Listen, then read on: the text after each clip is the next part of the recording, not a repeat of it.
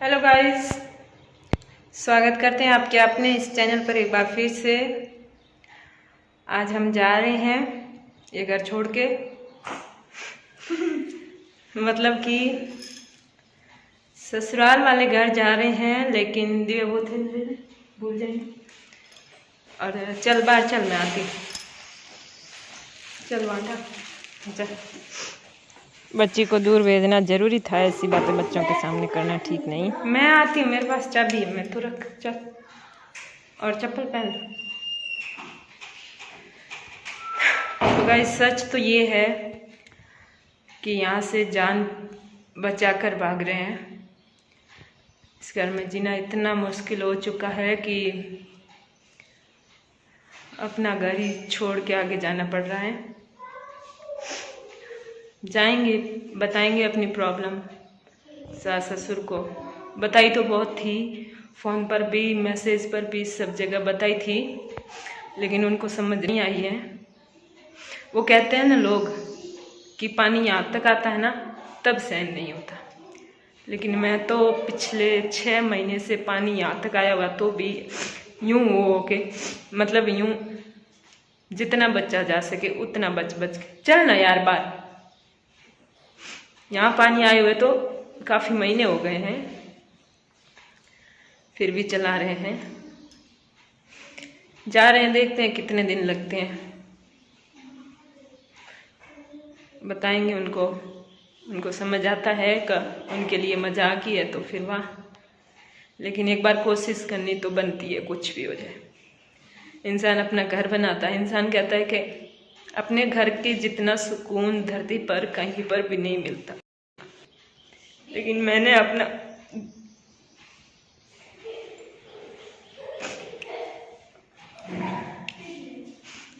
पाई जोड़ के अपना घर बनाया, लेकिन इसमें मुझे इतना सुकून नहीं।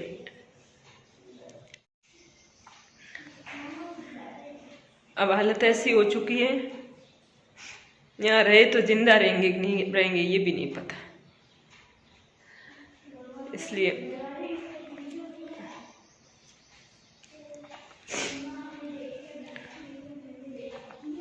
सबूत है सारे मेरे पास, लेकिन सोच रही हूँ सार्वजनिक सारी चीजें ना करूं। अभी चलती हूँ, बाहर गेट पे हैं, चलते हैं। काफी बड़ी रिस्क लेके जा रही हूँ।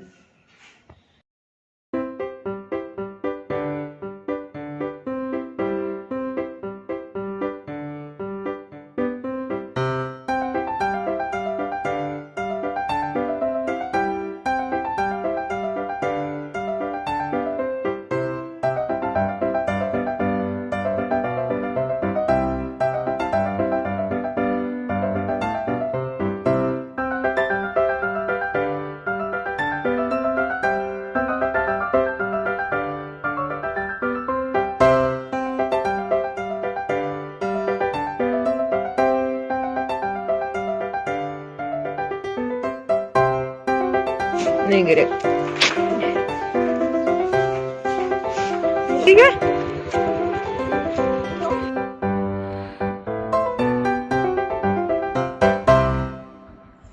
कई बार हमारे साथ क्या होता है कि हम कहीं और जाते हैं, जैसे ससुराल चले गए या पीहर चले गए या किसी भी रिश्तेदार में चले गए, और वहाँ पर हमारा या तो मन नहीं लगता है या फिर कुछ छोटा मोटा कुछ हो जाता है, कोई कुछ कह देता है क्या, या किसी का सुनी पे मन वहाँ पे दुखी हो जाता है ना, तो अपने घर की इतनी जल्दी याद आती है कि वहाँ ये करता है मन कि अब अपने घर पे चले जाएं। और होता यह है कि आखिरकार अपने ही घर आ जाते हैं कि दूसरा घर में कभी सुकून नहीं मिलता।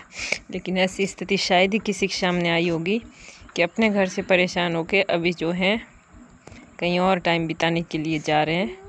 हो सकता है 1-2 दिन लगे, और हो सकता है कि 5-7 दिन लगे, अब पता नहीं कितने लगेंगे। बच्चों को थोड़ा आगे भेज दिया है, जहाँ पक्की रोड है वहाँ तक, कहा कि तुम चलो मैं पीछे से आती हूँ। तो बच्चे पहुँचेंगे उससे पहले मैं पहुँच जाऊँगी, क्योंकि यहाँ की जो रोड है नहीं ये कच्ची है, और यहाँ पर जो है इनको बैठा के चलाना मुश्किल होगा। और आगे जो है रास्ता बंद भी है, वहाँ पर मकान बन रहा है, तो बजरी कंकर और पत्थर वगैरह पड़े हैं, तो इसलिए बच्चे आगे चले गए और वहाँ पर फिर एकदम पैक हो गए। और तीनों ही बैठ जाएंगे। शहर में वैसे थोड़ा मुश्किल है क्योंकि शहर की सड़कें टूटी हुई है और ट्रैफिक तो नहीं है क्योंकि मार्केट पूरा बंद है। अब शहर से बाहर आ गए हैं तो थोड़ा सही से बैठ लेते हैं। मेरा फेस देख के आपको लग रहा होगा कि यहाँ कोई प्रॉब्लम नहीं है। फेस हमेशा मेरा ऐसा ही होता है, लेकिन प्रॉब्लम्स फेस पे दिखाने का कोई फ़ायदा नहीं, उनको फाइट करना ही ज़रूरी होता है। और बच्चों के सामने नेगेटिविटी और नेगेटिव फेस लाना भी उनके लिए कितना जो है नेगेटिव हो सकता है, ये भी सोचना पड़ता है। हम खड़े हैं एक जगह, चल नहीं रहे हैं, साइड में करके एक जगह खड़े हैं।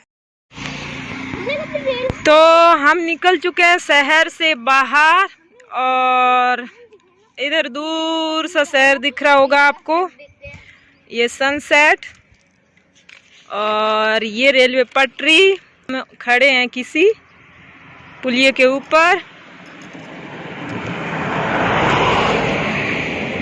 इतना अच्छा मौसम मैंने कभी देखा ही नहीं है। आप पहली बार हम यहाँ से देख रहे हैं। ए नीचे गिर जाएगा।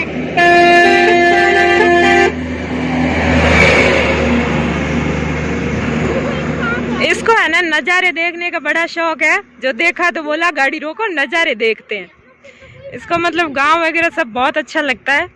अब गांव ही जा रहा है फिर भी इसको नज़ारे देखने। देखो देखो भाई, नज़ारे दिखा देते हैं।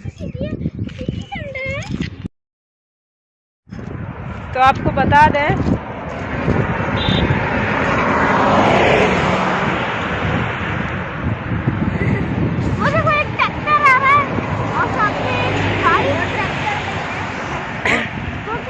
सच्ची में काफ़ी मतलब मैंने इनके लिए बड़ी रिस्क ली है। मैं इनको कभी मेरे भाई के साथ या फिर किसी और के साथ गाड़ी में नहीं भेजती हूँ कि आप ड्राइव अच्छी नहीं करते इसलिए बच्चों को नहीं भेजूंगी। आप ड्राइव अच्छी नहीं करते इसलिए बच्चों को नहीं भेजूंगी। और इस बात पे मेरा भाई तो कई बार मेरे से नाराज़ हो जाता है। और बाइक पे तो बहुत ही दूर की बात, मैं भेज ही नहीं पाती हूँ।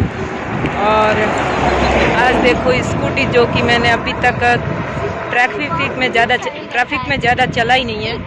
देखते हैं, भगवान करे सब अच्छा हो, दुआ करना कुछ भी ना हो, ना इनको ना मुझे हो गया तो इनका क्या होगा, इनका हो गया तो मेरा तो कुछ नहीं होना है। बहुत धीरे धीरे संभाल के, भले रात हो जाएगी तो भी जाना है। मतलब हम 2-3 किलोमीटर आए हैं, 50 किलोमीटर और होगा या 47-48 किलोमीटर और होगा। यहाँ तो ट्रैफिक ज़्यादा है, आगे देखते हैं कितना है।